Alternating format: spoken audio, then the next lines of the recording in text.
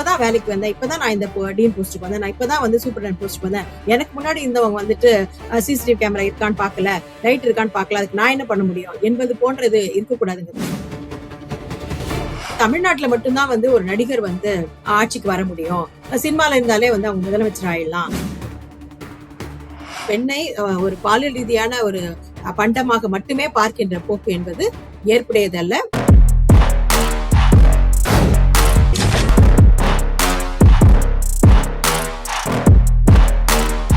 டயா booster சுகரை control பண்ணும், உங்க ஆரோக்கியத்தை மீட்டு தரும். சர்க்கரையை கட்டுப்படுத்துறதுக்கான எளிமையான வழிமுறை, இயற்கையான வழிமுறை. அனைத்து மருந்து கடைகளிலும் கிடைக்கும். மதிமுகம் நேயர்களுக்கு வணக்கம். அரசியல் திரை நிகழ்ச்சிக்கு வரவேற்பது நான் சுலபு செல்வி. இன்று நம்மளோடு இணைந்திருக்கிறார் இந்திய மாதர் தேசிய சம்மேளனத்தின் தேசிய செயலாளர் டாக்டர் சாந்தி அவர்கள். வணக்கம் தோழர். வணக்கம். பார்த்திருப்பீங்க, சிங்கப்பெண் அடிப்படைய முதலமைச்சர் விஜய் அவர்கள் துவங்கி வச்சிருக்காங்க. இதை பத்தின உங்களோட பார்வை என்ன? தமிழ்நாட்டில் மட்டுமல்ல, இந்தியா முழுமைக்கும் உலகளாவிய அளவில் பெண்களுக்கான பாதுகாப்பு மிகவும் குறைந்து இருக்கின்றது. பல்வேறு விதமான பிரச்சனைகள் அதிகரித்து வருகின்றன. மிக முக்கியமாக பாலியல் ரீதியான தொந்தரவுகள் அதிகரித்து வருகின்றன, பாலியல் ரீதியான வன்முறைகள் அதிகரித்து வருகின்றன. இந்த நேரத்தில் இது போன்ற ஒரு சிறப்பான ஒரு தனியான ஒரு அமைப்பு, ஒரு படை என்பது வரவேற்கத்தக்க ஒரு முயற்சியாகத்தான் பார்க்கின்றோம். பெண்களுக்கு பொது இடங்களில் பாதுகாப்பு, சேஃப்டி இன் பப்ளிக் ஸ்பேஸ் அப்படிங்கிறது வந்து ரொம்ப ரொம்ப மிக முக்கியமான விஷயமா இருக்கிறது. கடந்த தசாப்தங்களில் பெண்கள் அதிக எண்ணிக்கையில் கிராமத்துல, நகரத்துல மட்டும் இல்ல, கிராமத்துல கூட தான் படிக்கிறதுக்கு, வேலைக்கு போறதுக்கு, பல்வேறு காரணங்களுக்காக அவங்க வந்து வெளியில வருவாங்க. அப்படி வெளியில வரும்போது அவர்களுக்கு அந்த பாதுகாப்பான பொது இடங்களும் பாதுகாப்பான பயணங்களையும் வைப்பதன் மூலமாக நம்ம அந்த பெண்களுக்கு மட்டும் பாதுகாப்பு கொடுக்கல, சொசைட்டியே அடுத்த லெவலுக்கு போறதுக்கு, முன்னேறுவதற்கு, பொருளாதார ரீதியாகவும் சமூக ரீதியாகவும் வளர்ச்சி பெறுவதற்கு இந்த பெண்களுக்கான பாதுகாப்பு என்பது மிக மிக உதவிகரமாக இருக்கு. இந்த விழால முதலமைச்சர் விஜய் பேசும்போது பெரும்பாலான பெண்களுக்கு எதிரான குற்றங்கள் நடக்கிறதே இந்த போதை பழக்கத்தினாலதான், போதையில இருக்கக்கூடிய நபர்கள் தான் இதுல ஈடுபடுறாங்கன்னு சொல்லியிருந்தாரு. ஆனா கோவை சிறுமியோட வழக்கம் பொறுத்த வரைக்கும் அந்த தவறை செஞ்ச நபர் போதையில இல்லைன்னு போலீஸ் தரப்புல இருந்து சொல்லப்பட்டிருக்கு. இத பத்தி உங்க கருத்து என்ன? ஒரு மருத்துவராகவும் சமூக செயற்பாட்டாளராகவும் மாதர் சங்கத்துடைய தேசிய செயலாளராகவும் பல்வேறு பிரச்சனைகளுக்கு, பெண்களுக்கு மட்டுமல்ல சமுதாயத்தில் நிகழ்கின்ற பல்வேறு பிரச்சனைகளுக்கு இந்த மது பிரச்சனையும் போதை பழக்கமும் காரணமாக இருக்கிறது என்பது மறுக்க முடியாத உண்மை. இந்தியாவிலேயே தமிழ்நாட்டில் தான் ஆக்சிடென்ட், ரொம்ப விபத்துகள் அதிகமா நடக்குது. அந்த விபத்துகளில் எல்லாவற்றிலும் மது வந்துட்டு அடிப்படை காரணமாக இருக்கிறது, போதை அடிப்படைய காரணமாக இருக்கிறது, மறுக்க முடியாது. நீங்க ஒரு குறிப்பிட்ட ஒரு சம்பவத்தை பத்தி சொன்னீங்க. இந்த மாதிரியான மிக முக்கியமான பிரச்சனைகளை பற்றி பேசும்பொழுது பெரும்பான்மை நிகழ்வுகளை தான் நம்ம பார்க்க முடியுமே தவிர, ஒரு தனிப்பட்ட நிகழ்வை வைத்துட்டு அந்த பர்டிகுலர் இன்சிடென்ட்ல இல்ல, அதனால அது இல்லை என்று பொதுப்படையாக சொல்ல முடியாது.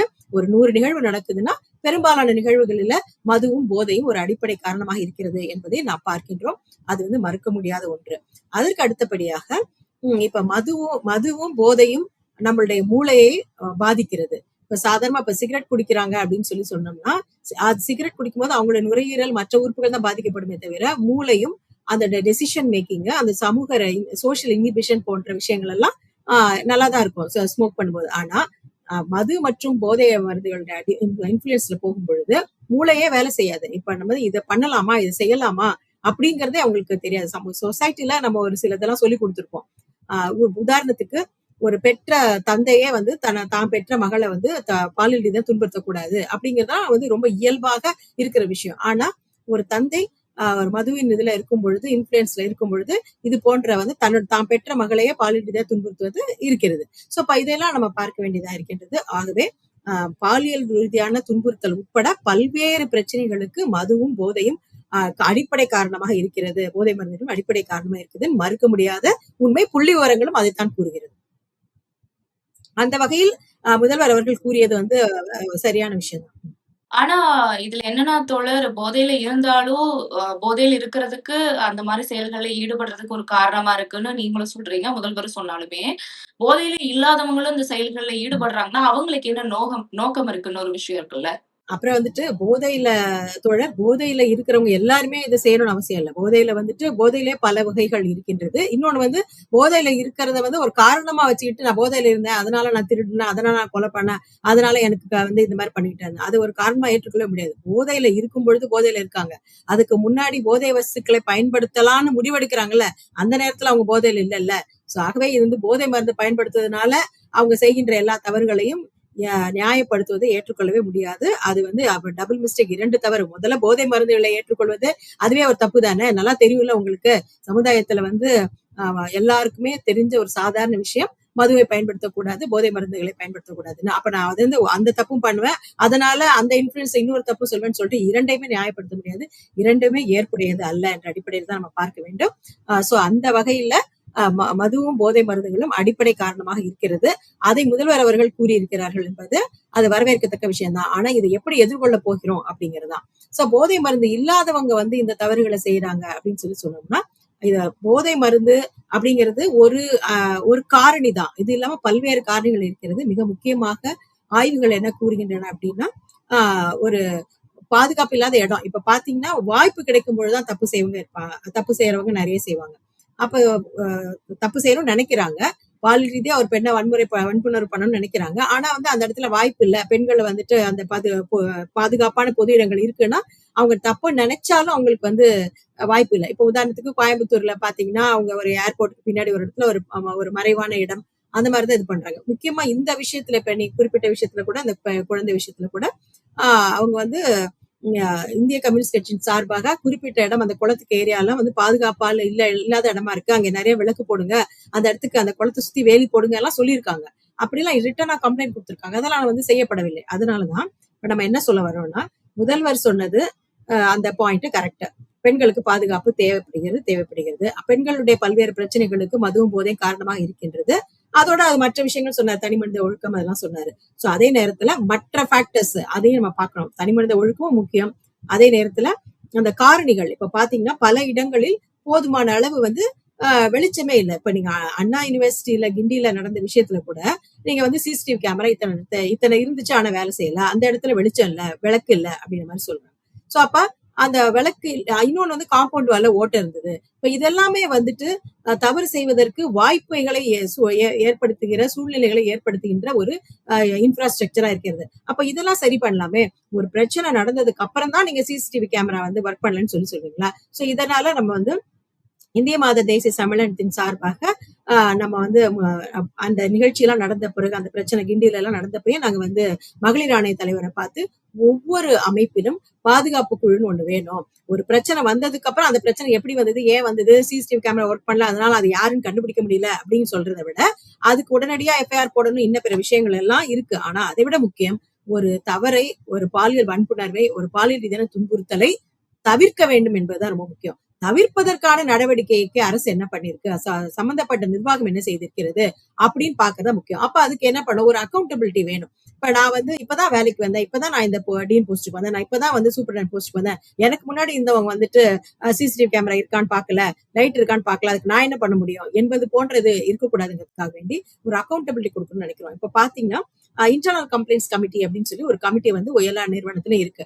அந்த கமிட்டி என்ன பண்ணும், ஏதாவது ஒரு பிரச்சனை நடந்த பிறகு பாதிக்கப்பட்ட பெண் வந்து போய் அங்க கம்ப்ளைண்ட் பண்ணுவாங்க. ஆனா நம்ம என்ன சொல்ல வரோம்னா, பிரச்சனைகளை வராமல் தவிர்ப்பதற்கு ஒரு குழு அவங்க அப்படின்னு சொல்றோம். அந்த பாதுகாப்பு குழு என்பது பொதுவான பாதுகாப்பு குழுவா இருக்கணும். பெண்களுக்கு, ஒரு இடத்துல வேலை செய்யற பெண்களுக்கு மட்டும்தான் பாதுகாப்பு அப்படின்னு இருக்கணும் அவசியம் இல்ல, பொதுவான பாதுகாப்பு இருக்கணும் அப்படின்னு நம்ம சொல்றோம். அந்த அடிப்படையில இப்ப வேலை செய்யறாங்க, இப்ப ஹாஸ்பிட்டல்ல வேலை செய்யறாங்க, டாக்டர் இருக்காங்க, மேல் டாக்டரே இருக்கட்டுமே, ஒருத்தவங்க வந்து அடிக்கிறாங்க, என்ன பண்ண முடியும்? அப்ப அது மாதிரியான விஷயங்கள பாதுகாப்பு தேவைப்படுகிறது. அதே நேரத்துல ஒரு இயற்கை பேரிடர் வருது, கரண்ட் கட் ஆகுது, ஜெனரேட்டர் ஒர்க் பண்ணல, அப்ப இதெல்லாம் முன்னாடியே பார்க்கணும். அப்ப முன்னாடி அதுக்கு தேவையான டீசல் வாங்கி வைக்கணும், ஜெனரேட்டர் ஒர்க் பண்ணுதான்னு பார்க்கணும், ஒரு செக்லிஸ்ட் வச்சுக்கணும். ஆக இயற்கை பேரிடர், செயற்கை பேரிடர், மனிதர்களால் வருகின்ற பிரச்சனைகள், அதே போல பெண்களுக்கான பாதுகாப்பு இப்போ பொதுவாக ஒரு நிர்வாகம் ஒரு நிறுவனம் இருக்கின்றது என்றால் அது கல்வி நிறுவனமாக இருக்கட்டும், வேலை வாய்ப்பு நிறுவனமாக இருக்கட்டும், அரசாங்க நிறுவனங்களாக இருக்கட்டும், அலுவலகங்களாக இருக்கட்டும், அந்த இடத்துக்குன்னு ஒரு ஹையர் அபிஷியல் இருப்பாங்கல்ல, அவங்களுக்கு வந்து ஒரு பாதுகாப்பு குழு என்று ஒரு குழுவை ஏற்படுத்தி ஒரு அக்கௌண்டபிலிட்டி வைக்கணும். இன்னைக்கு இந்த இடத்துல சிசிடிவி கேமரா ஒர்க் பண்ணல அப்படின்னா அதுக்கு யார் பொறுப்பு அப்படிங்கறது வந்து பார்க்க வேண்டும். அது பீரியாடிக்கலாக அந்த பாதுகாப்பு குழு என்பது அமைக்கப்பட்டு அது வந்து பீரியாடிக்கலா உட்கார்ந்து செயல்படுத்தி அந்த நிறுவனத்துக்கு ஸ்பெசிபிக்கா என்ன தேவைப்படுது, பொதுவா என்ன தேவைப்படுது, அதெல்லாம் போதுமான அளவு இருக்கிறதா என்று பார்த்து, இப்ப லைட் எரியலன்னா உடனே அதை போடணும். செக்யூரிட்டி வந்துட்டு டியூட்டில இருக்கிறவர் வந்து தூங்கிட்டே இருக்காருன்னா வேற ஒரு செக்யூரிட்டி போடணும்.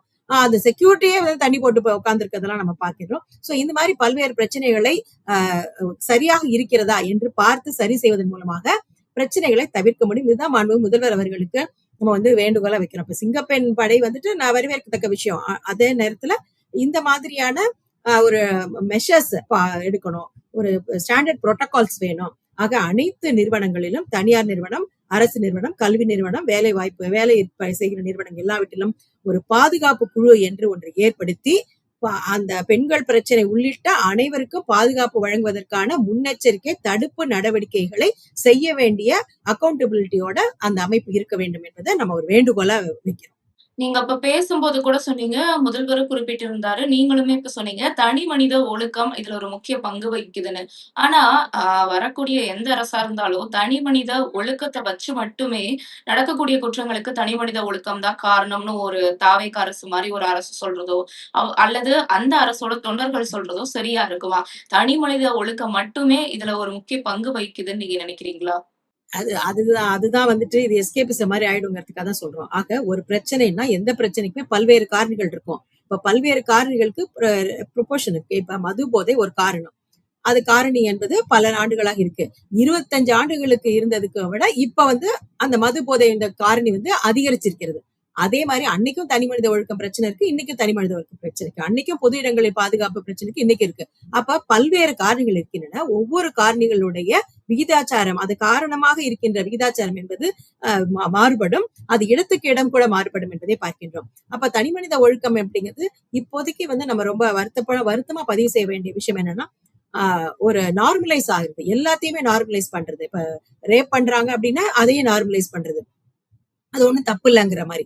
அப்ப விமர்சனங்கள், பெண்களை வந்துட்டு கொச்சைப்படுத்தி பேசுவது, இது எல்லாமே நார்மலைஸ் பண்ணாங்க. சமீபத்துல நீங்க பார்த்திருப்பீங்க, இந்தியா முழுமைக்கும் சமூக வலைதளங்களில் ஒரு பேசுபடு பொருளாக இருக்கிற ஒரு விஷயம் 370 ரூபாய் பிரியாணி மேட்டர். அப்ப 370 ரூபாய் பிரியாணிய நான் வாங்கி கொடுத்திருக்கேன், அப்ப ஏன் வந்து டேட்டிங்க்கு என்னோட வந்து பெண் வந்து இது பண்ணல அப்படின்றது சொல்லும் பொழுது, அந்த தனிநபர் அதை சொன்னாரு அப்படிங்கறத விட அந்த காமெடி ஷோல இது ஒரு விஷயம் நடந்தது.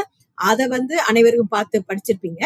அந்த விஷயத்துல தனிப்பட்ட சொன்ன நபர் வந்து அதை சொல்றாரு. இப்ப நான் வந்து I spend for that girl, அந்த பொண்ணு டேட்டிங்கா நான் செலவு பண்ண, நான் வந்து எனக்கு அந்த பணம் வேஸ்ட் தானே, அவங்க ஏன் எனக்கு வந்து செக்ஷுவல் ஃபேவர் கொடுக்க கூடாது, அப்புறம் வேற எதுக்கு நான் செலவு பண்ணேன் அப்படிங்கிற மாதிரி இது பண்ணும்போது, அப்ப ஒரு பெண் வந்துட்டு அந்த பெண்ணுடைய ஒப்புதல், கன்சென்ட் அப்படிங்கிறது வந்து கொச்சைப்படுத்தப்படுகிறது. சாதாரணமாக வந்துட்டு ஒருத்தருக்கு ஒருத்தர் நம்ம வந்து செலவு பண்ணிக்கிறதையுமே வந்து ஒரு இவ்வளவு ஒரு இன்டென்ஷனலோட இருக்கிறதுங்கிறது வந்து ஏற்றுக்கொள்ள முடியாது. அதை விட மோசம், அந்த நபர் வந்து சொல்லும் பொழுது சுத்தி இருக்கவங்களாம் அது வந்து என்ஜாய் பண்ணும்போது, அப்ப டோட்டலாவே இந்த சொசைட்டி வந்து ஒரு இந்த பெண்ணை வந்து ஒரு போக பொருளா தான் பார்க்கிறாங்க. அவங்க எவ்வளவு படித்திருந்தாலும், அவங்களே சம்பாதிக்கிறவங்களா இருந்தாலும், பொருளாதார ரீதியாக சுயசார்போடு இருந்தாலும், ஒரு பெண்ணை என்பது படித்தவங்களும் படிக்காதவங்களும் போதையில இருக்கிறவங்களும் இல்லாதவங்களுமே வந்து ஒரு போக பொருளாக மட்டுமே பார்க்கின்ற ஒரு சூழல் இருக்கிறது. அப்ப இதெல்லாம் நார்மலைஸ் பண்ணக்கூடாது. சோ அதனாலதான் இப்ப மாதர் சங்கங்கள்லாம் ஏன் வந்து ரியாக்ட் பண்றோம்னா, நீங்க போராட்டத்தினால இது சரியாயிட போகுதா, பாதிக்கப்பட்ட பெண்ணு வந்துட்டு பாதிப்பு இல்லைன்னு ஆயிட போகுதா அப்படின்லாம் நிறைய பேர் சொல்லுவாங்க. எதற்காக போராடுகிறோம், எதற்காக நம்மளுடைய கருத்துக்களை வைக்கிறோம், எதற்காக இப்ப இந்த மாதிரி இன்டர்வியூல எல்லாம் பாதுகாப்பு குழு வைங்க, பிரச்சனைகளை தவிர்க்க பாருங்கள் அப்படின்னு எதுக்காக நம்ம வந்து பேசுறோம் அப்படின்னா, இந்த இந்த எல்லாவற்றையும் நார்மலைஸ் செய்கின்ற ஒரு மோசமான ஒரு போக்கு வந்து இப்ப வந்து கொண்டிருக்கிறது. யார் வேணா யாரை வேணா என்ன வேணா செய்யலாம். இப்ப உதாரணத்துக்கு எல்லா விதத்திலுமே அது பாதிக்கிறது. உதாரணத்துக்கு இப்ப காதலர் தினத்துல வந்து ஒரு 2 பேர் தனியா ஒரு ஆணும் பெண்ணும் உட்காந்து பீச்ல கூட உட்காந்து பேச முடியாது. உடனே வந்து ஒரு மாரல் போலீசிங் பண்றவங்க உட்காந்து வந்து இது பண்ணாங்க. சோ அப்ப அது அவங்களுடைய தனிப்பட்ட உரிமை. ஒரு பொது இடத்துல 2 பேரும் ஒரு ஆணும் பெண்ணும் உட்காந்து பேசுவது என்பது தனிப்பட்ட உரிமை. சோ அதை நம்ம வந்து இது பண்ணக்கூடாது, அதை நம்ம வந்து அச்சுறுத்தக்கூடாது அப்படிங்கிற நம்ம சொல்றோம். அப்ப அதே நேரத்துல தனிமனித ஒழுக்கம் என்பது வந்து ரொம்ப முக்கியம்.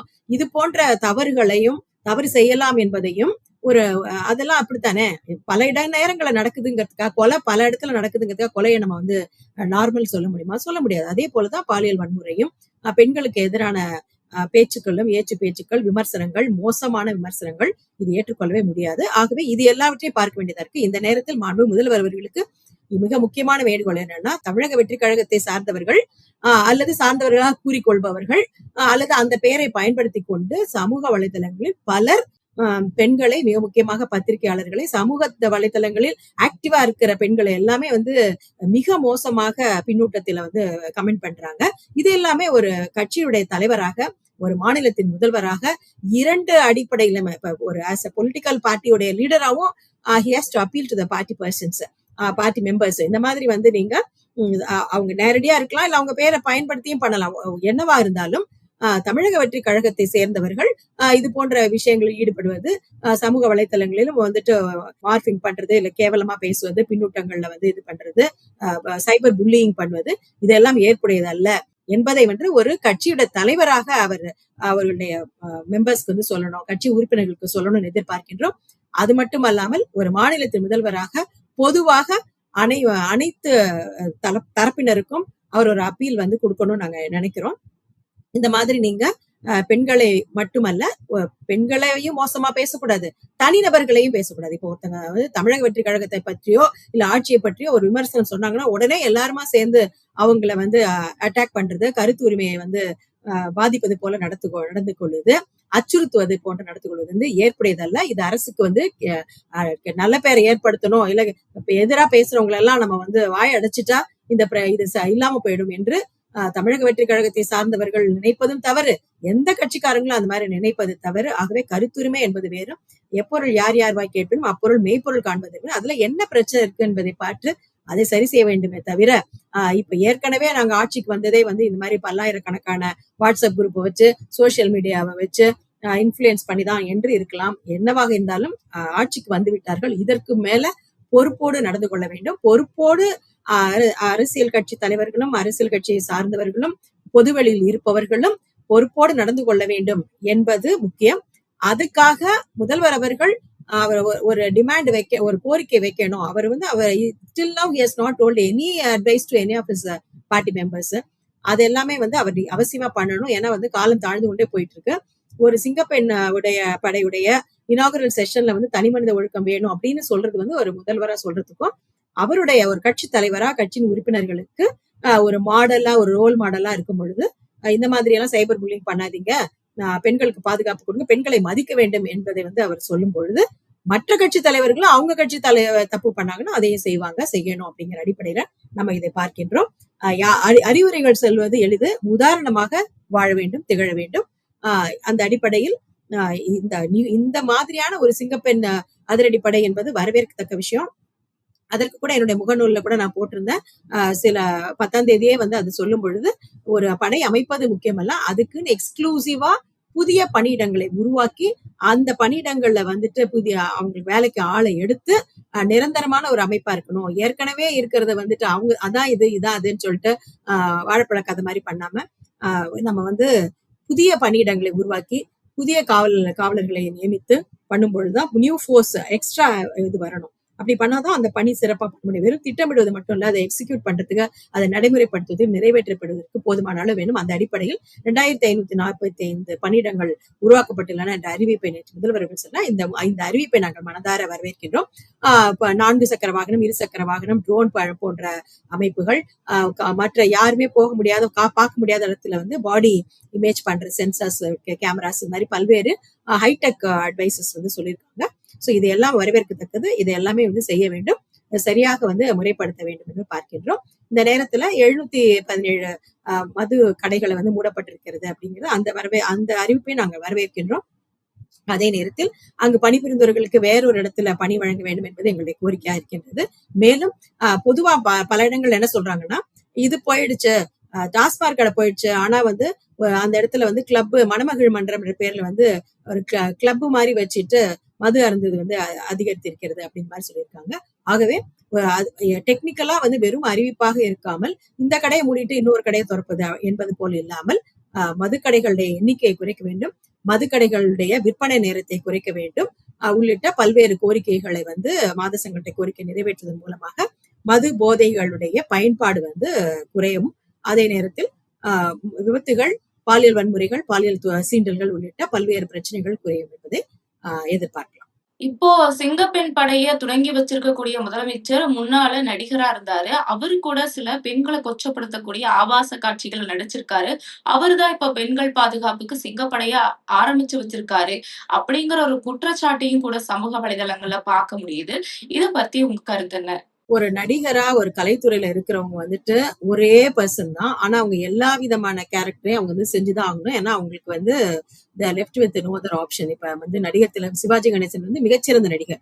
ஆனா அவர் வந்துட்டு இப்ப நவரத்ன ஒரு படத்துல எல்லாம் வச்சு எடுத்துப்பாரு, நவராத்திரின்னு நினைக்கிறேன், 9 கேரக்டர் வச்சுப்பாரு. நல்லவனா கெட்டவனா எல்லா விதமே. ஆக நடிப்பு என்பது வேற. அந்த இடத்துலதான் நம்ம வந்து சொசைட்டியை வந்துட்டு பத்தி பேசணும். அப்ப சொசைட்டி இந்த மாதிரி எடுத்தாதான் பாப்பாங்க அப்படிங்கிற எண்ணம் படம் எடுக்கிறவங்களுக்கும் வரக்கூடாது இல்ல. அப்ப வருதுன்னா அப்ப அந்த படங்கள் நல்லா ஓடுதுங்க. சொசைட்டியும் அது மாறணும். ஆகவே ஒரு நடிகரா அவர் என்ன செஞ்சாரு அப்படிங்கிறதுனா அவருக்கு கொடுக்கப்பட்ட ரோலை வந்து அதுக்கு அந்த ரோலுக்கு அவர் ஜஸ்டிஸ் பண்ணாரு. அவர் என்ன டைரக்டர் சொன்னாரோ அதை செஞ்சாரு. தயாரிப்பாளரும் டைரக்டரும் சேர்ந்து ஒரு கதையை முடிவு. ஆனா சினிமா சமுதாயத்துல ஒரு பெரிய தாக்கத்தை ஏற்படுத்தக்கூடிய சூழ்நிலையில ஹீரோவா நடிக்கக்கூடிய விஜய் அவர்களை டபுள் மீனிங்லயோ அல்லது பெண்களை கொச்சப்படுத்தக்கூடிய சீன்ஸ்லயோ நடிக்கிறத வரவேற்கலாமா நாம? இல்ல நடிச்சிருந்தாரா அதை நம்ம வரவேற்கலாமா? இல்ல வரவேற்கல. இல்ல எதையுமே வரவேற்க முடியாது. அவங்கவுங்களுக்கு ஒரு லிமிடேஷன் வேணும். இப்ப ஒரு கேரக்டரா இருக்கு அப்படிங்கிறது அதனால நம்ம என்ன வேணா பண்ணலாம் ஜஸ்டிஃபை பண்ண முடியாது. இப்ப பாத்தீங்கன்னா இப்ப ரைட் நவ் தெலுங்கு சினிமா இண்டஸ்ட்ரியில வந்துட்டு அவங்க ஆக்டர் ஜான்வி கபூரோட பத்தி அவங்களுடைய எப்படி அவங்க ப்ரொஜெக்ட் பண்ணிருக்காங்கிறத பத்தி நிறைய அதை உதாரணமாக வைத்து பொதுவாக சினிமா துறையில வந்து பெண்களை வந்து எப்படி வந்து காண்பிக்கிறாங்க என்பது ஒரு பேசுபடு பொருளாக இப்ப ஆயிருக்கு. ஆகவே ஒரு கேரக்டர் வந்துட்டு இப்படி இருந்தனா இல்ல சார் நான் இந்த அளவுக்கு நான் பண்ண முடியாது அப்படின்னு சொல்லலாம். சமீபத்துல ஊர்வசி மேடம் கூட ஒரு இன்டர்வியூல, நடிகை ஊர்வசி மேடம் ஒரு இன்டர்வியூல சொல்லியிருந்தாங்க, காலமாடு 3 கறவமாடு அப்படின்னு சொல்லி ஒரு பெண்களை வந்து கொச்சைப்படுத்துற மாதிரி ஒரு பாடல் வந்தப்ப அது நான் நடிக்க மாட்டேன்னு சொன்னேன். ஐ ரைஸ் மை அப்ஜெக்ஷன் மாதிரி. சோ அப்ப ஒரு பாட்டில் இருக்கின்ற வரிகள், வார்த்தைகள், அதோடைய அர்த்தங்கள் இதையெல்லாமே கூட வந்து ஒரு நடிகையா அவங்க லீட் ரோல்ல நடிக்கிறாங்க. அவங்க வந்து இல்ல எனக்கு என்ன ட்ரெஸ் கொடுக்குறாங்க அப்படிங்கறத அப்ஜெக்ட் பண்ணாலும் பரவாயில்ல, அந்த பாடல்கள்ல இருக்க வரிகள் அதுவே பெண்களுக்கு வந்து களங்கம் விளைவிக்கிற மாதிரி இருக்கிறது அப்படின்னு அந்த அளவுக்கு அப்ஜெக்ஷன் ரைஸ் பண்ணிருக்காங்க. சோ பல ரோல் மாடல் இருக்கிறது. பல இப்ப எம்ஜி ராமச்சந்திரன் ஐயா, எம்ஜிஆர் ஐயா வந்து நான் வந்து படத்துல மது அந்த மாதிரி நடிக்க மாட்டேன் அப்படின்றதெல்லாம் இருந்திருக்காங்க. சோ அப்ப அவங்க பர்சனலா திஸ் இஸ் மை ஐடியா, நான் வந்து இது மாதிரி பண்ண மாட்டேன், படத்துல வந்து மது இந்த மாதிரி நடிக்க மாட்டேன், புகைப்பிடித்த மாதிரி நடிக்க மாட்டேன் என்று சொல்ல முடியும். ஆகவே அந்த ஒரு எல்லாத்தையுமே நம்ம ஜஸ்டிஃபை பண்ண முடியாது. ஒரு ரோலுக்கா இப்ப நம்ம வந்து திருடனா யாரோ ஒருத்தர் நடிச்சுதானே ஆகணும். அப்ப அந்த யார் நடிச்சாலும் அப்ப அவர் திருடனா நடிச்சிட்டாரு, அப்ப திருடனை சப்போர்ட் பண்ண சொல்ல முடியாது. அப்ப நடிப்பு என்பது வேற. ஆனாலும் அதுல ஒரு கோடு வேணும் அப்படிங்கறது, நம்ம ஒரு எல்லையை தாண்டக்கூடாது அப்படிங்கறத நம்ம வந்து திருப்பி சொல்றோம். பல விஷயங்கள் சமுதாயத்துல பேசிட்டு இருக்காங்கன்னு சொல்றீங்க. இன்னொரு விஷயம், இந்திய அளவுல என்ன பேசிட்டு இருக்காங்க, பல்வேறு நாடுகள்ல என்ன, மாநிலங்கள்ல என்ன பேசுறாங்கன்னா, இப்ப தமிழ்நாட்டுல மட்டும்தான் வந்து ஒரு நடிகர் வந்து ஆட்சிக்கு வர முடியும், சினிமால இருந்தாலே வந்து அவங்க முதலமைச்சர் ஆயிடலாம் அப்படிங்கிற மாதிரியும் வந்து பேசுறாங்க. இப்ப எம்ஜி ராமச்சந்திரன் அவர்கள், ஜெயலலிதா மேடம் அவர்கள் எல்லாம் வந்தாலும் அதை தாண்டியும் சரத்குமார் சாரா இருக்கட்டும், இப்ப வந்து கார்த்திக் என்று பல்வேறு சீமான் பலர் வந்துட்டு இருந்துட்டு இருக்காங்க. அவங்க எல்லாம் வந்து எல்லாருமே வந்து முதலமைச்சர் ஆயிடல, எல்லாருக்கும் ரோல் இல்ல. பட் இன்னைக்கு இருந்த ஒரு அரசியல் காரணங்களும் விஜய் அவர்கள் உடனடியாக ஆட்சிக்கு வருவதற்கு வாய்ப்பாக இருந்தாலும் பலர் அவரை வந்து அவருக்காகவே, அவர் மீது உள்ள ஒரு கதாநாயக பிம்பத்திற்காகவே போட்டிருக்காங்க. ஒரு குறைந்தது ஒரு கன்சிடரபிள் நம்பர் ஆஃப் இளைஞர்கள் வாக்குகள் வந்து அவருக்கு அந்த திரையுடைய பயணத்தின் காரணமாக, திரைத்துறையிலிருந்து வந்தவர் காரணமாகவே வந்திருக்கிறது என்பதை மறுக்க முடியாது. ஆகவே இப்ப நம்ம வந்து ஒருத்தரை நம்ம கிட்ட அந்த ஸ்கேல இல்லையே. ஒரு பொலிட்டீஷியன்னா இவர் இப்படி இருக்கணும், அவர் வந்து முதல்ல அந்த அரசியல் அனுபவம் வேணும், எல்லாத்துறையும் அவருக்கு தெரிஞ்சிருக்கணும், அந்த மாதிரி இல்லையே. இப்ப பாத்தீங்கன்னா மக்களுடைய மக்களுடைய தீர்ப்பு வந்து நம்ம வரவேற்கிறோம், மதிக்கின்றோம். ஆனா இப்ப நிறைய பேர் 108 பேர்ல வந்து அட்லீஸ்ட் ஒரு 100 பேர் வந்து ஃபர்ஸ்ட் டைம் எம்எல்ஏவா இருக்கலாம். இப்ப நம்ம ஏதோ ஒரு இதுல இருக்கோம், நான் வந்து ஒரு பார்ட்டில சேர்றேன், ஒரு நிகழ்வாக கிடைச்சிருச்சு, எனக்கு எம்எல்ஏ கிடைச்சிருச்சுன்னா அதுக்கப்புறம் வந்து இது நாள் வரைக்கும் நான் வந்து அரசியல் இல்ல, இது நாள் வரைக்கும் எனக்கு எம்எல்ஏனா என்னன்னு தெரியாது அப்படின்னு சொல்லலாம். ஆனா வந்து after becoming MLA at least they should know எம்எல்ஏனா என்ன, அவர்களுடைய அவர்களுக்கான பொறுப்புகள் என்ன, அவர்கள் எங்க எப்படி நடந்துக்கணும், அவங்களுடைய லிமிடேஷன்ஸ் என்ன, அவங்களுடைய அட்வான்டேஜஸ் என்ன, அவங்களுடைய உரிமைகள் என்ன, அவங்களுடைய கடமைகள் என்ன, இதெல்லாம் வந்துட்டு அவங்க தெரிஞ்சுக்கணும். பல நேரங்களில அதுல இல்லாத ஒரு போக்கு இருக்கின்றது. பல மருத்துவமனைகள்ல போயிட்டு யார் வேணா அரசு எம்எல்ஏ கூட கிடையாது, அவங்க எல்லாம் போயிட்டு கட்சியினர் ஆளுங்கட்சியினை சார்ந்தவர்கள் வந்து பல்வேறு பிரச்சனைகளை உருவாக்கிறார்கள். சுகாதாரத்துறை அமைச்சர் அவர்களை பார்த்து கூட நாங்கள் இதை பத்தி வந்து எங்களுடைய புகாரை சொன்னோம். அவர் வந்து அதை தடை செய்யப்படும் அப்படின்னு சொன்னாரு. ஆனா அதையும் தாண்டி தொடர்ந்து வேற துறை சார்ந்த அமைச்சர்களாக இருக்கட்டும், எம்எல்ஏக்களாக்கும் போயிட்டே இருக்காங்க. அது வந்து இப்ப நான் ஒரு தொகுதியில இருக்கேன், என்னுடைய மருத்துவமனை வந்துட்டு நான் என்னோட தொகுதியில இருக்க மருத்துவமனை எப்படி இருக்கு அப்படின்னு சொல்றது வந்து அது மிகப்பெரிய தவறுன்னு சொல்ல முடியாது. ஆனா அங்க போயிட்டு என்ன பண்றாங்க அப்படிங்கறத மேட்ரு. சோ அவங்களுடைய பாடி லாங்குவேஜ், அவங்க அங்க இருக்கிற பணியாட்களை மிரட்டுவது, உருட்டுவது அப்படின்னு சொல்லுவது சிஸ்டத்தை சரியா புரிஞ்சுக்கலாம்னு அர்த்தம். நீங்க போயிட்டு அங்க முதல்ல இங்க எத்தனை பாப்புலேஷன், எத்தனை பேஷண்ட்ஸ் வராங்க, இங்க எல்லா டாக்டர்ஸும் 10 போஸ்ட் இருக்குன்னா 10 போஸ்ட் ஃபில் ஆயிருக்கா, தண்ணி கரெக்டா இருக்கா போன்று, உங்களுக்கு எதுவும் டிமாண்ட் இருக்கா, இதெல்லாம் கேட்கலாமே. போனவொடனே நீ என்ன அப்படின்னு மிரட்டுறது, ஏன் சீஃப் மினிஸ்டர் போட்டோ வந்துட்டு இல்ல என்று சொல்லுது. எல்லா இடங்களிலும் முதலமைச்சருடைய போட்டோ இருக்க வேண்டும் என்று அவசியம் இல்லை. ஆனா இதெல்லாம் வந்து மிரட்டும் போது ஆளுங்கட்சியினர் மேல ஒரு வெறுப்பு தான் வருகிறது. மக்கள் வந்து அவர்களுக்கு அரிய வாய்ப்பை கொடுத்திருக்காங்க. ஒரு எம்எல்ஏங்கிறது வந்து ஒரு முக்கியமான ஒரு பொறுப்பு. அதை அவர்கள் சரியாக பயன்படுத்த வேண்டும் என்றால் மாண்பு முதல்வர் அவர்களுக்கு ஒரு வேண்டுகோளா வைக்கின்றோம். எல்லா எம்எல்ஏஸும் அவங்க எல்லாருக்குமே வந்து அது ஒரு அட்மினிஸ்ட்ரேட்டிவ் ட்ரைனிங். இப்ப நாங்களாம் வேலைக்கு போகும்போது, நாங்களாம் கவர்மெண்ட் ஜாப்ல இருக்கும், எங்களுக்குலாம் ஒரு இண்டக்ஷன் ட்ரைனிங்னு ஒண்ணு கொடுப்பாங்க.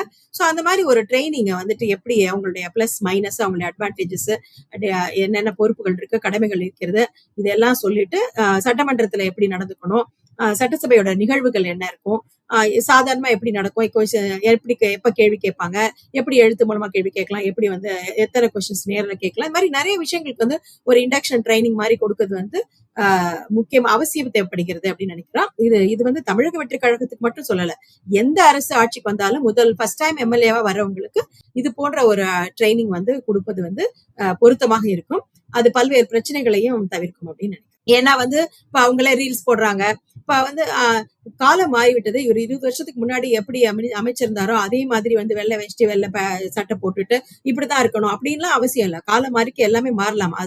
அது ஏற்புடையதான். ஆனா அதுக்காக ஒரு லிமிட்டே இல்லாம, ஒரு எந்த விதமான இனிபிஷனும் இல்லாம என்ன வேணா பண்ணலாமா அப்படிங்கிறது கிடையாது. ஒரு பொது வாழ்க்கையில் இருப்பவர்கள் அவர்களை உற்று நோக்கக்கூடியவர்களா இருப்பாங்க. அவங்க பண்றத மத்தவங்க வந்து நிச்சயமா அதை இன்ஃபுளுயன்ஸ் பண்ணும்.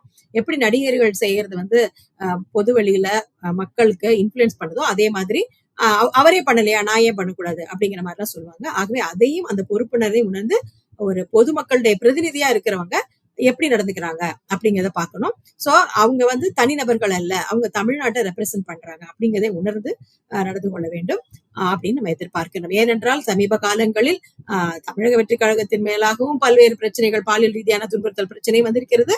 அதே போல சைபர் புல்லிங் கம்ப்ளைண்ட்ஸ் வந்திருக்கின்றது. ஆகவே முதல்ல அவங்க வந்து ஒரு மாற்றம் வேணும்னு சொன்ன கட்சியா இருக்கிறது. சமீபமா கூட 2 தாவேகா நிர்வாகிகள் கைதானாங்க ஒரு பாலியல் குற்ற வழக்குல. அந்த மாதிரி இந்த பாலியல் குற்றங்களை ஈடுபடுறதும் அந்த தாவேகா கட்சியினரை சேர்ந்தவங்களாவும் இருக்காங்க. சோ இந்த குற்றச்சாட்டு வருது. இத பத்தி அந்த சேர்ந்தவங்களாகவே இருக்கிறார்கள் அப்படிங்கறத நம்ம ஏற்றுக்கொள்ள முடியாது. ஏன்னா நிறைய குற்றச்சாட்டு நடக்குது. இப்ப இந்த சொசைட்டில இருக்கிறவங்க தான் வந்துட்டு அதுல வருவாங்க. அப்ப இந்த சொசைட்டில வந்து எல்லா கட்சியிலும் டிஎம்கே, ஏடிஎம்கே எல்லா கட்சியிலும் இருப்பாங்க. இப்ப ஒருத்தங்க டிஎம்கேல இருக்கிறவங்க ஒருத்தங்க தப்பு பண்ணிட்டா உடனே டிஎம்கே பார்ட்டியே மோசம், ஏடிஎம்கேல ஒருத்தர் தப்பு பண்ணிட்டா ஏடிஎம்கே பார்ட்டியே மோசம் அப்படின்னு அப்படியே பொதுமைப்படுத்துவதும் வந்து அது சரியா இல்ல. அது சரியான ஒரு பொருத்தப்பாடா இருக்காது. ஆனாலும் இந்த கட்சிக்கு வந்து ஆளுங்கட்சியினருக்கு வந்து அதிக பொறுப்பு இருக்கு, அக்கறை இருக்கு. ஏனென்றால் அவங்க வந்து திமுகவை வந்து தேர்தல் அப்போ முக்கியமா பேசினதே பெண்களுக்கு பாதுகாப்பு இல்லைங்கிறதா அவங்க முக்கியமா பேசினாங்க. அதுதான் வந்து ஒரு மெயின் அப்ஜெக்டிவா வச்சு அவங்க பேசுறாங்க. அப்ப அவங்க all the more they should be very careful. அது மட்டும் அல்லாமல் அந்த கட்சியோட தலைமையும் ஏற்கனவே அதை சொல்லிதான் அவங்க வந்ததுனால அவங்களுடைய உறுப்பினர்கள் வந்து அந்த விஷயங்களில் தவறு செய்யாமல் இருப்பதை உறுதிப்படுத்த வேண்டியது கடமை இருக்கிறது. இப்ப நீங்க சொல்றதுல இருந்து ஒரு கேள்வி எழுது. அதாவது முதலமைச்சரா இருக்கக்கூடிய விஜய் அவர்கள் இதுக்கு முன்னாடி சினிமால இருந்தாரு. சினிமால எக்கச்சக்கமான பாலியல் சுரண்டல்களும், நடிகைகள் பாலியல் ரீதியா பாதிக்கப்படுற தொடர்ச்சியான செய்திகள் வந்துச்சு. அது எதுக்குமே கடைநிலையில இருக்கக்கூடிய நடிகர்களோ, கூட இருக்கக்கூடிய நடிகர்களோ குரல் கொடுத்தாங்க. ஆனா முதலமைச்சரா இருக்கக்கூடிய இப்ப இருக்கக்கூடிய விஜய் அவர்கள் அப்ப அத பத்தி வாயே திறக்கல. அதுக்கு குரல் குடுக்கவும் இல்ல. இத பத்தியும் சமூக வலைதளங்கள்ல பலரும் குற்றச்சாட்டு வச்சுட்டு வந்துட்டு இருந்தாங்க. அதாவது சினிமா துறையில இருக்கக்கூடிய தன்னோட சொந்த துறையில டாப் ஸ்டாரா இருந்துமே பெண்களுக்கு நடக்கக்கூடிய குற்றங்களுக்கு குரல் கொடுக்காத நடிகர் அவர்கள் இப்போ முதலமைச்சர் ஆனப்புறம் சம்பிரதாயத்தின் ஒரு வழியா சிங்கப்பெண் அடிப்படையா தொடங்கியிருக்காருன்னு சொல்லப்படுது. இத பத்தி உங்க கருத்து என்ன? இது வந்து அவருடைய அவர் சொன்ன இப்ப எலெக்ஷன் மேனிஃபெஸ்டோல அவர் இதெல்லாம் சொல்லியிருந்தாரு. அந்த அடிப்படையில் பண்றாரு. அதுதான் நான் சொல்றேன். அதாவது நம்ம வந்து ஒரு ஒரு சொசைட்டில ஒரு ரெஸ்பான்சிபிளான ஒரு சிட்டிசனா இருக்கணும். எப்போதுமே வந்து நான் கம்ஃபர்ட் ஜோன்ல இருந்துப்பேன். அதுக்கப்புறம் நான் வந்து ஒரு பர்டிகுலர் ஸ்டேஜ்ல இருந்து நான் கேள்வி கேட்பேங்கிறத விட எப்போதுமே நம்ம வந்து சமுதாயத்தில் ஒரு அக்கறை உள்ளவராக நம் கண்ணெதிரே ஒரு அநீதி நடக்கும் பொழுது அதை கேட்கிறவங்களாக அதை எதிர்த்து கேட்கிறவங்க, தட்டி கேட்கிறவங்களா இருக்கிறவங்களுக்கு சமுதாயத்துல வந்து எப்போதுமே ஒரு அங்கீகாரம் இருக்கும். அது பல நேரங்கள்ல இந்த மாதிரி வந்து சினிமா துறையில இருக்கும் பொழுது அந்த துறையில நடக்கின்ற சில பிரச்சனைகளை எடுத்து கேட்கும் பொழுது அவங்களுக்கே வாய்ப்புகள் கிடைக்காம போவதற்கும் வாய்ப்பு இருக்கிறது. சினிமா சான்சஸ் கிடைக்காம போது வாய்ப்பு இருக்கு. அதை ரிஸ்க் பண்ணி நியாயத்துக்காக குரல் கொடுத்தவர் நிறைய பேர் இருக்காங்க. சோ அதை வந்து அந்த மாதிரியாக இருந்தவங்களை நம்ம வந்து இன்னைக்கும் பாராட்டி கொண்டிருக்கின்றோம். ஆக இது போல முதலமைச்சர் உட்பட பலர் மேல வந்து இது மாதிரியான விமர்சனங்கள் இருக்கிறது. அது தவிர்க்க முடியாது. அதான் தோழர். இத நம்ம எளிமையா கடந்து போயிரலாமா? அதாவது நடிகரா இருந்தப்போ அத பத்தி எதையுமே வாய் திறக்காம அத பத்தி எதையுமே கடந்த காலத்தை சரி செய்ய முடியாது. ஆனா இத வந்து எல்லாருமே பார்க்கணும்னு சொல்ல வரேன். இப்ப வந்து இன்னைக்கு அவர் வந்து ஒரு இடத்துல இருந்தாரு, நடிகரா இருந்தாரு. அது நடிப்பை தவிர வேற எதுலையுமே கவனம் செலுத்தாம இருந்தாரு. பாலியல் ரீதியான பல படங்களை கம்பேர் பண்ணும்போது பல ஹீரோஸ் கம்பேர் பண்ணும்போது இவருடைய படங்கள் எப்படி இருக்குன்னு ஒப்பு நோக்கி வந்து சொல்றாங்க. இது வந்து மற்றவங்களுக்கும் இது எடுத்துக்காட்டு தானே. இப்ப இப்படி எல்லாம் இருந்தா நாளைக்கு எப்படி எல்லாம் பேசுவாங்க அப்படிங்கிறது. பொதுவாகவே வந்து சமுதாயத்தின் மீது அக்கறை உள்ளவர்கள் மதிக்கப்படுகிறார்கள். பெண்ணை ஒரு பாலியல் ரீதியான ஒரு பண்டமாக மட்டுமே பார்க்கின்ற போக்கு என்பது ஏற்புடையதல்ல. அது யார் செய்தாலும் ஏற்புடையதல்ல. அது அந்த இதுல இருந்து அவங்க மாறி வர வேண்டும். ஆனா இப்ப வந்து அவருடைய தேர்தல் அறிக்கையில அவர் கொடுத்த கோரிக்கைகளை அவர் வந்து நிறைவேற்றுகிறாரு அல்லது நிறைவேற்ற முயற்சி செய்கிறாரு அப்படின்னு சொன்னா அதை வரவேற்கும். சிங்கப்பெண் அதிரடிப்படையோட துவக்க விழால முதலமைச்சர் விஜய் பேசும்போது இந்தியாவிலேயே முதலா ட்ரோன் பேட்ரோலை நாங்க அறிமுகப்படுத்துறோம்னு சொல்லியிருந்தாரு. ஆனா திமுக அரசு இதுக்கு முன்னாடி குற்ற சம்பவங்கள் நடக்காம இருக்கிறதுக்காக ஏற்கனவே கொண்டு வந்திருந்தாங்க. அதைத்தான் இவரு கொண்டு வந்திருக்காரு. ஆனா இந்தியாவிலேயே முதலான்னு சொல்றாரு. இதுக்கு இரண்டுக்கும் இருக்கக்கூடிய முரண்பாடை நீங்க எப்படி பாக்குறீங்க? இல்ல இத நிறைய வலைதளங்களை நம்ம பார்த்துட்டோம். ஃபேக்ட் செக் பண்ணிட்டு இது இந்தியாவிலே முதல் முறை கிடையாது. இது முதலமைச்சர் வந்து தவறான தகவலை கொடுத்திருக்கிறதா அப்படின்னு வலைதளங்களே பார்த்திருக்கோம். அது நிறைய விஷயங்கள் அவருடைய திரைப்படத்தை சார்ந்த ஒரு படத்துடைய பாடல் வந்து இசைக்கப்பட்டது அந்த நிகழ்ச்சியில. அதையுமே ஒரு பேசப்பட்டு அதையெல்லாம் தவிர்த்து இருந்திருக்கலாம். ஏனென்றால் ஒரு அரசு நிகழ்வு அப்படின்னா இதுக்கான ஒரு கேரக்டர் அப்படின்னு இருக்கு.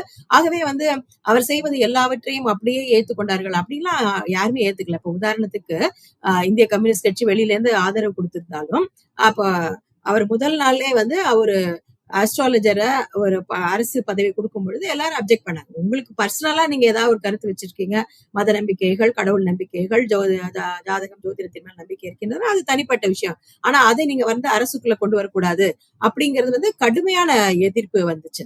சோ அது மாதிரி எல்லாவற்றிலும் இப்ப எல்லா விஷயத்திலும் நம்ம தொடர்ந்து என்ன பண்ணிட்டு இருக்கோம். இப்ப மின்வெட்டா இருக்கட்டும், இல்ல விவசாயிகளுக்கு தேவைப்படுகின்ற மும்முனையுடைய மின்சாரம் இல்லாததுனால பயிர்கள் எல்லாம் கருகி கொண்டிருக்கின்றன. அதெல்லாம் வந்து இப்ப யாருமே வந்து எல்லாத்தையும் அப்படியே எவ்ரிதிங் இஸ் ஃபைன் அப்படின்லாம் சொல்லவே இல்லை. எங்கெங்க பிரச்சனை இருக்கிறதோ அங்கங்க வந்துட்டு உடனடியாக அது வந்து இது பண்றாங்க. இப்ப உதாரணத்திற்கு டாஸ்மாக் கடையில வந்து பாட்டில்களை திரும்ப பெறுவதில் அந்த தொழிலாளர்கள் வந்து எங்களுக்கு பாட்டில திரும்ப பெறுவது அதே இடத்துல பெறுவது சிரமம் இருக்கிறது. நாங்க கடையில பொருளை விற்கிறதா இல்ல பாட்டில வாங்கதான்னு சொல்லும் பொழுது அதற்கு வந்து நடவடிக்கை எடுப்பதாக நீதிமன்றத்திலும் அவர்கள் சொல்லியிருக்கிறார்கள். ஆகவே நல்ல விஷயங்களை செய்யும் பொழுது நம்ம பாராட்டுவோம். அதே நேரத்துல இப்ப வந்து மும்முனை மின்சாரம் வந்து இப்பதான் பயிர் பயின்ற நேரத்துல நமக்கு வந்து கரண்ட் இல்ல, போதுமான நேரம் கரண்ட் இல்ல, அதுவும் மும்முனை மின்சாரம் இல்லைன்னா பயிர்கள் கருகுதுன்னா அதுக்காக நிச்சயமாக விவசாயிகள் போராடுகிறார்கள். இந்திய கம்யூனிஸ்ட் கட்சி வந்துட்டு அதற்கான இதை வந்து வைக்கிறாங்க. ஆக இது வந்து இஷ்யூ பேஸ்டா தான் நம்ம பார்க்க முடியும். ஒரு விஷயத்த நல்லா செய்யறாங்கன்னா நல்லா செய்யறாங்க, நல்லா செய்யலன்னா நல்லா செய்யல. இன்னும் நல்லா செய்யணும்னு நம்மளுடைய கோரிக்கைகளை இது பண்ணுவோம். அவர்களுடைய தேர்தல் அறிக்கையில இருக்கின்ற அவங்க கொடுத்த மேனிபெஸ்டோல இருக்கிறத நிச்சயமா நிறைவேற்றணும்னு சொல்லுவோம். பல்வேறு விஷயங்கள் அவங்க சொல்லியிருக்காங்க. அந்த மிக முக்கியமான விமர்சனமாக அந்த தேர்தல் அறிக்கையில வந்து சொல்லப்படுவது என்னன்னா, தொழிலாளர் அப்படிங்கிற ஒரு வார்த்தையே அதுல இல்ல. தொழிலாளர்களுக்கான நலன் அப்படிங்கிறது இல்ல. தனியா வந்து டீச்சர்ஸ், அரசு ஊழியர்கள், காவலர்கள் அப்படின்னு சொல்லியிருக்காங்களே, தொழிலாளர்கள் அப்படிங்கிற அந்த இதுல பதத்தை பயன்படுத்தி அந்த காலத்துல எதுவுமே இல்லைங்கிறது மிக முக்கியமான இது. ஏன்னா 8 கோடி பேர் இருக்காங்கன்னா அதுல நிச்சயமாக பல கோடி பேர் வந்து தொழிலாளர்களாக இருக்கிறார்கள். மிக முக்கியமாக இந்தியால லேபர் கோட் அப்படின்னு சொல்லி என்ற தொழிலாளர்களுக்கு விரோதமான சட்டங்களை 4 தொகுப்புகளாக ஒன்றிய அரசு வந்து அறிமுகப்படுத்தி இருக்கிறது. அந்த நேரத்தில் கேரள அரசாங்கம் பினராயி விஜயன் அவர்கள் அதை வந்து கேரளாவில் அறிமுகப்படுத்தாது அப்படின்னு சொன்னாங்க. சோ அந்த நேரத்துல தமிழ்நாட்டிலும் அதை அறிமுகப்படுத்தக்கூடாது, தமிழக அரசின் கட்டுப்பாட்டுள்ள இடங்களுக்கு அதை வந்து அறிமுகப்படுத்தக்கூடாது அப்படின்னு சொல்லி நம்மளுடைய கோரிக்கையா வைத்திருக்கிறோம். அதை பத்திலாம் அவங்க பேசவே இல்லையே. ஏன்னா வந்து ரொம்ப முக்கியமே வந்து இப்ப வாழ்வாதாரம் தான். அப்படி வந்து இப்ப பெண்களுக்கு ஏதாவது ஒரு பிரச்சனைனா ஒரு 0 டாலரன்ஸ்னா ஒரு பெண்கள் வந்து இப்ப பெண் தொழிலாளியா இருக்காங்க, அவங்களுக்கு ஊதியம் வேணும். அவங்க இந்த உழைப்பு சுரண்டல், பாலியல் ரீதியான சுரண்டல் தவிர்க்கப்பட வேண்டும், உழைப்பு சுரண்டல் தவிர்க்கப்பட வேண்டும். ஆக மிக முக்கியமாக ஆண்டாண்டு காலமாக கடந்த நூற்றாண்டுகளுக்கு மேலாக பெற்ற தொழிலாளர்களுக்கான உரிமைகள் எல்லாமே தொழிலாளர்களுடைய 4 சட்டத்தில் நசுக்கப்படும் பொழுது அதற்கு வந்து முதலமைச்சர் அவர்கள் எதுவுமே பேசவில்லை, அவர்களுடைய தேர்தல் அறிக்கையும் எதுவுமே கூறவில்லை என்பது விமர்சனத்துக்குரியதாக. உடனடியாக அவர் தேர்தல் அறிக்கை சொல்லலைன்னா அதுக்காக பண்ணக்கூடாதுன்னு அவசியம் இல்லை. இப்ப கூட நம்மளுடைய கோரிக்கை என்ன வைக்கிறோம் என்றால், பெண் தொழிலாளர்களுக்கான பாதுகாப்பு தேவைப்படுகிறது. தொழிலாளர்களுக்கு ஆதரவாக தொழிலாளர்களுடைய அந்த 4 சட்ட தொகுப்புகள் தமிழ்நாட்டில் பின்பற்றப்படாது என்ற அறிவிக்கையை கேரள அரசாங்கம் விட்டது போல பண்ணணும் அப்படிங்கறதையும் கோரிக்கையாக வைக்கின்றோம். தாவேக்கால இப்ப இருக்கக்கூடிய சமீப நிதியமைச்சர் மரிய வில்சன் அவர்கள் ஒரு பெண்ணோட வீட்டுக்குள்ள புகுந்து அந்த பெண்ணை தாக்குறது உட்பட அந்த வீடியோ சமூக வலைதளங்கள்ல பயங்கரமா வைரல் ஆச்சு. இதுக்கு தாவேக்கா தரப்புல இருந்து எந்த நடவடிக்கையும் எடுக்கல அப்படின்னு சொல்லப்படுது. அதே சமயம் இப்பயுமே அவரு ஒரு அமைச்சரா தான் இருக்காரு. ஒரு அமைச்சர் பிரதிநிதியா இருக்கக்கூடியவர் இந்த மாதிரி குற்றச்சம்பவங்களை ஈடுபட்டு, அது பெண்ணுக்கு எதிராக ஈடுபட்டு வைரல் ஆகியுமே தாவேக்கா நடவடிக்கை எடுக்காம இருக்கிறதா எப்படி பாக்குறீங்க? அது அவர் மட்டும் அல்ல, 40 எம்எல்ஏஸ் மேல சாதாரண குற்ற வழக்குல சீரியஸான வந்துட்டு குற்றங்கள் வந்து கிரிமினல் கேசஸ் இருக்குதா சொல்லியிருக்காங்க. இதெல்லாம் தான் அவர் மேல இருக்கு. இதெல்லாம் வந்து அந்த ஒரு முதலமைச்சரா, ஒரு கட்சியுடைய தலைவரா அவர் அதை வந்து பார்க்க வேண்டிய அவசியம் இருக்கின்றது. ஏனென்றால் இப்ப நம்ம மாற்றம் வேணும், ஒரு தூய சக்தியா நாங்க வரணும் அப்படின்னு நினைக்கும் பொழுது இது போன்ற விஷயங்கள் எல்லாம் ரொம்ப கவனம் செலுத்தி அந்த கேண்டிடேட்ஸ் வந்து நிறுத்தி இருக்கணும். அதை விட முக்கியமாக அது செங்கோட்டையன் ஐயாக்கு வந்து பைனான்ஸ் கொடுத்திருந்தாங்க. கடைசி நேரத்துல வந்து இப்ப 10 நாள்ல பட்ஜெட் வேற வரணும் இல்லைங்களா? சோ அந்த நேரத்துல வந்து புதிய ஃபர்ஸ்ட் டைம் எம்எல்ஏ அப்படி சற்றும் அந்த பினான்ஸ் பத்தி எக்ஸ்பீரியன்ஸ் இல்லாத அந்த இதுல எம்எல்ஏ எல்லாம் எப்படி நடக்கும் அப்படிங்கிற சட்டசபை அனுபவம் கூட இல்லாதவர் வச்சிருக்காங்க அப்படின்ற மாதிரியான விமர்சனங்கள் எல்லாம் வந்தது. ஏன்னா ஏற்கனவே செங்கோட்டையன் ஐயாக்கு வந்து நிதி கொடுக்கலன்னா பரவாயில்ல, கொடுத்ததுக்கு அப்புறம் அதை வாங்கியிருக்காங்க. சோ அது போனா இப்ப குற்ற பின்னணியை பத்தி வரும்பொழுது அது பெண்களுக்கான எதிரான குற்றங்கள், பல்வேறு விதமான மிக மோசமான சீரியஸ் கிரைம்ஸ் அலிகேஷன்ஸ் இருக்கிறதே இப்பொழுது தமிழ்நாட்டில் இருக்க அரசியல் கட்சியில அதிக எண்ணிக்கையில் தமிழக வெற்றி கழகத்தில் தான் இருக்கிறார்கள். தட் சீரியஸ் அலிகேஷன்ஸ் என்ற விமர்சனமும் இருக்கின்றது. இதையெல்லாம் ஒரு கட்சி தலைவராக அதை அவர் வந்து பார்த்து அதை சரி செய்யணும். ரொம்ப நன்றி தோழர். நாங்க கேட்ட கேள்விகளுக்கு ரொம்ப பொறுமையாகவும் அழகாகவும் பதில் சொன்னீங்க. நன்றி தோழர். நன்றி, வணக்கம்.